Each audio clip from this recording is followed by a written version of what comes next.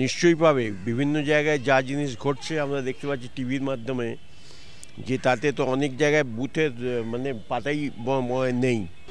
এগুলো man to man vary করে, কেউ এর ওপর ভরসা রাখতে পারছে, কেউ পারছে না। আশা করা যায় হতে পারে, আশা করা যায় কিছু, কারণ কিছু এই এসআইআর ফর্ম ফিল আপ করার তো কিছু পদ্ধতি আছে, নিশ্চয়ই যদি লোকে ঠিকঠাক করে পড়ে ভালো করে বুঝে করে, আশা করি অসুবিধা হওয়ার কথা নয়।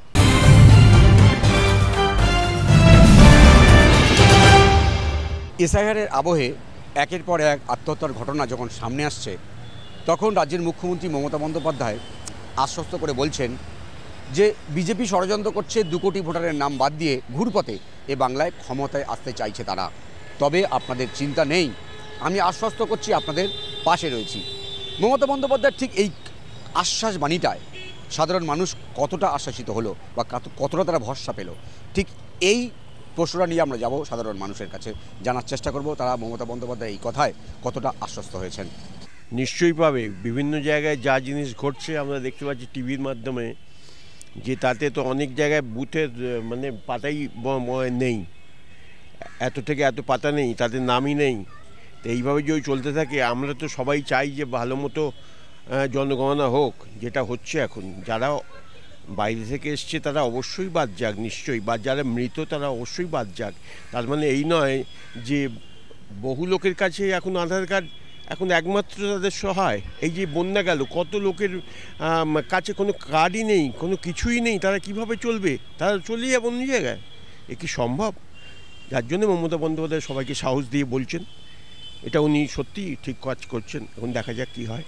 এখানে আশ্বস্ত হওয়ার কিছু নেই, এইখানে এই জিনিসটাকে সিম্পলভাবে দেখা উচিত, এত কমপ্লিকেটেড করার কিছু নেই। 2 কোটি 1 কোটি 5 কোটি এইসবের ব্যাপার কিছু নেই, একটা রেকটিফিকেশন হচ্ছে। হোয়াট এভার যা হয়েছিল 2002-4 এইসবের যা হচ্ছে, আজকের ডেটে দেখা হচ্ছে যে কার কাছে ভোটার কার্ড আছে, কার কাছে নেই, বা ভ্যালিডিটি আইডেন্টিফিকেশন আছে কি না সেটা চেক করার জন্য এই এসআই করছে।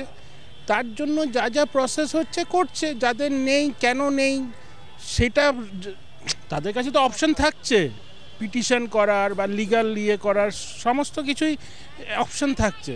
আর থার্ড অপশন যেটা রয়েছে, এটা তো একটাও ভালো না, যেগুলো আননেসেসারি আগাছাগুলো এসে ঢুকে পড়েছে সেগুলোকে তো বের করা উচিত।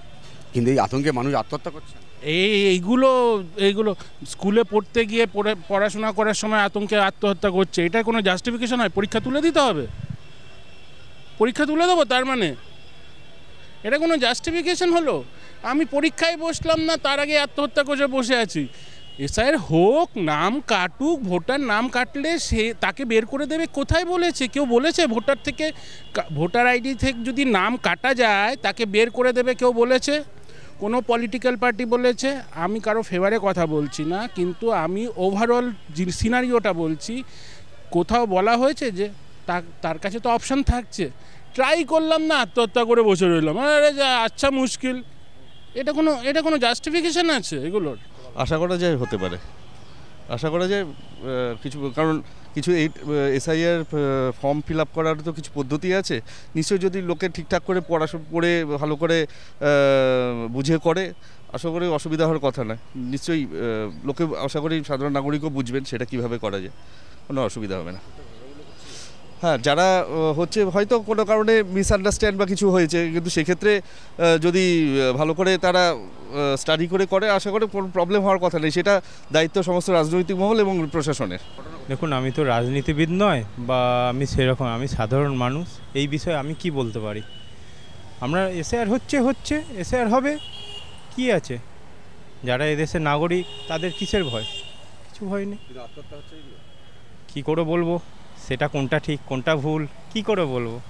সরকার যেভাবে বলবে সেভাবে তো আমাদের সাধারণ নাগরিক চলতে তো হবেই। কিন্তু মমতা বন্দ্যোপাধ্যায় বললেন যে আমি পাশে রয়েছি, চিন্তা নেই, এটা কি মানুষের ভরসা? বলতে পারবো না ওই ভরসা পাচ্ছেন যে দিদি আছে, চাপ নেই? দেখুন, আমি ওই সব নিয়ে চিন্তাধারা নেই আমার।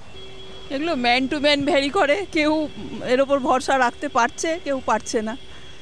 এবার যে যেভাবে, এটা তো একটা প্রসেস হওয়াই উচিত। বহুদিন হয়নি, এটা তো লাস্ট হয়েছে 2002-এ। তারপরে তো বহুদিন হয়নি, হওয়াই তো উচিত। নানান রকম অনুপ্রবেশ ঘটেছে, তার ফলে তো হওয়াই উচিত, আমার মনে হয় হওয়া উচিত।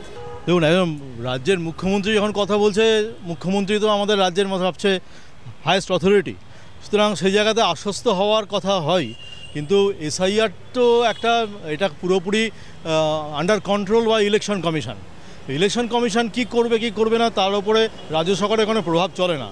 যদি তাই প্রভাবই চলতো তাহলে টিএন সেশন যখন আমাদের চিফ ইলেকশন কমিশনার ছিল, ওনার যাবতীয় যুক্তি উড়িয়ে দিয়েও কিন্তু স্টেট কিন্তু তার এগেনস্টে কখনো যেতে পারেনি। সুতরাং আশ্বস্ত করলে পরে এসআইআর আমার তো মনে হয় হবেই, আর সেখানে আশ্বস্ত হলে ভালোই হতো, কিন্তু তারপরে এটা চলে আসবে পারি না। তার কারণ দেখো, এটা তো আমাদের কিছু কিছু মানুষের নিজস্ব ব্যক্তিগত স্বাধীনতা। আমার যদি মনে হয় যে আমি এসআইআর করব, তা আমার বাড়িতে যখন ফর্ম নিয়ে আসবে আমি নিশ্চয়ই করব। তার কারণ আমি কারোর উপরে ভরসা করে কিন্তু আমি চলতে পারি না। তার কারণ তুমি দেখো, আজকের আমি যে চলছি, এটা তো সম্পূর্ণ আমাকে চাকরি করে, আমাকে সব কিছু করে আমাকে নিজেকে চালাতে হচ্ছে। নিশ্চয়ই আমি সেখান থেকে কিছু পাচ্ছি না মাস গেলে। তাহলে আমি আমার আগে সেফটিটা তো দেখবো। ধরো আমি আজকে যদি এসআইআরটা না করি, আমি সামনের দিন ভোট দিতে পারলাম না, বা আমার যে কোনো যদি তখন কোনো প্রবলেম হয়, আমি কার কাছে যাব? আগে সেইটা আমাকে জানতে হবে। উনি সেই আশ্বাসটা দিক, আর কিছু না। যদি কোনো প্রবলেম হয় আমরা কোথায় যাব এবং আমরা কোথায় গেলে আমাদের সেই প্রবলেমটা সলভ হবে, আগে সেইটা ওনাকে তো বলতে হবে। অবভিয়াসলি উনি যেটা বলেছে আমি সেটার বিরোধিতা করছি না, সেটা ঠিক বলেছে উনি। কিন্তু আমাদের মতো সাধারণ মানুষরা আমরা কি করব?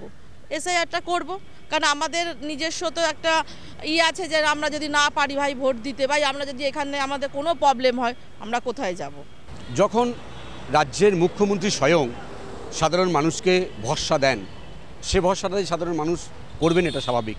এবং রাজ্যের মুখ্যমন্ত্রীর উপরে সাধারণ মানুষ ভরসা রাখবেন, এটাই স্বাভাবিক। তবে এসআইআরটা যে হওয়া উচিত সেটাও বলছেন অনেকে। ক্যামেরা রবি দত্তের সঙ্গে বিশ্বজিৎ হালদার, ওঙ্কার বাংলা।